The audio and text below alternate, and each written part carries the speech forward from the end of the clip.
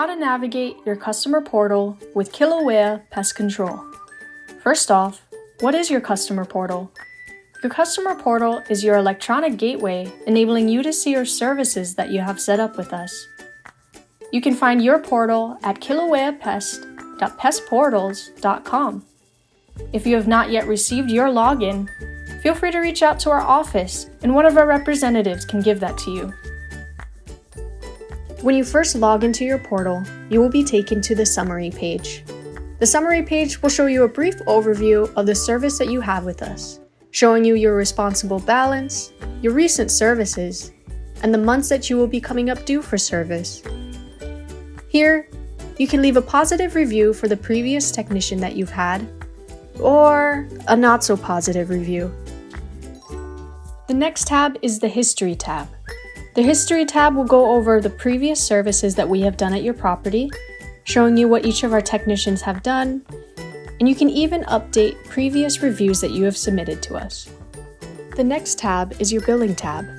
This is another place where you can find the balance on your account, and if you have a balance, you can take care of that balance here. To the right of that, it will also show you all of your previous invoices and payments that you have made. Next up, you will find a tab labeled Account. This is where you can see your property details, showing you which address is getting serviced. You can update your contact information, like your phone number or email. If you need to change your password, you can do that below, and to the right you will see Reminder Preferences. This is to show us how we can contact you, through text message, over the phone, or through email. And if you leave all three on, we can contact you through all three methods. Next, I will take you to your wallet. This is where you can input your payment method that will stay on the account, making it easier for future invoices. And don't worry, once you input your information, it won't be visible to anyone else.